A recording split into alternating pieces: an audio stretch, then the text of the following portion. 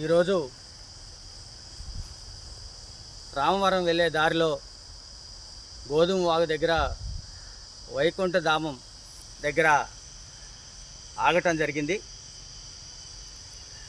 ఈ వైకుంఠధామం వెళ్ళే దారి మొత్తం కూడా చెత్త కుప్పలతోని వ్యర్థ పదార్థాలతోని ఈ దారి మొత్తం నిండి ఉన్నది.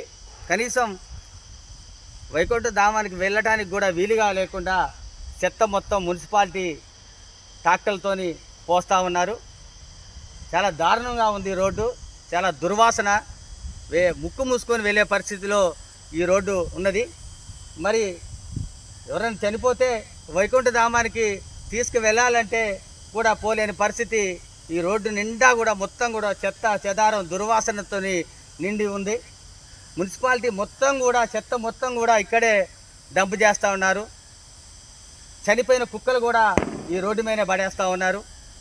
హాస్పిటల్ వ్యర్థాలు కూడా ఇటువైపునే పడేస్తూ ఉన్నారు. చాలా దారుణంగా ఉంది. నేను కొన్ని నెలలుగా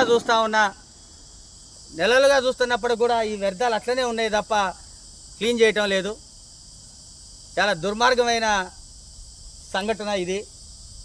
మరి మున్సిపల్ కమిషనర్ కానీ, మున్సిపల్ చైర్పర్సన్ కానీ, స్థానిక శాసనసభ్యులు సాంబశివరావు గారు కానీ ఈ సమస్యని పరిష్కరించాలని నేను కోరుతా ఉన్నా.